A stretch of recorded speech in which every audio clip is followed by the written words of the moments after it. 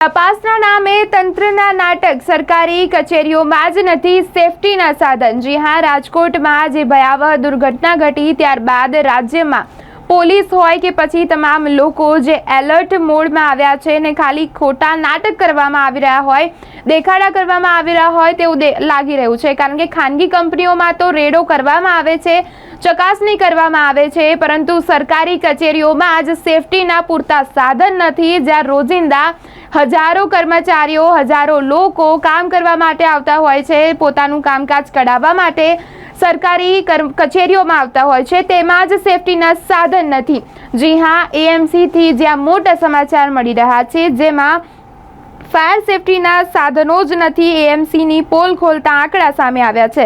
ખાસ કરીને વાત કરવામાં આવે એએમસી સંચાલિત મોટાભાગના યુએચસી અને સીએચસીમાં ફાયર સેફટીના નિયમોના ધજાગરા ઉડેલા જોવા મળ્યા છે।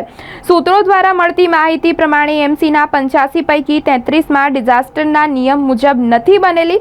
અન્ય હકીકતમાં વાત કરવામાં આવે તો 68 અર્બન યુએચસી અને સીએચસીમાં ફાયર એલાર્મનો પણ અભાવ જોવા મળ્યો છે। આખરે કેમ નિયમોને નેવે મૂકવામાં આવ્યા છે તેવા પ્રશ્નો હાલ સામે આવ્યા છે।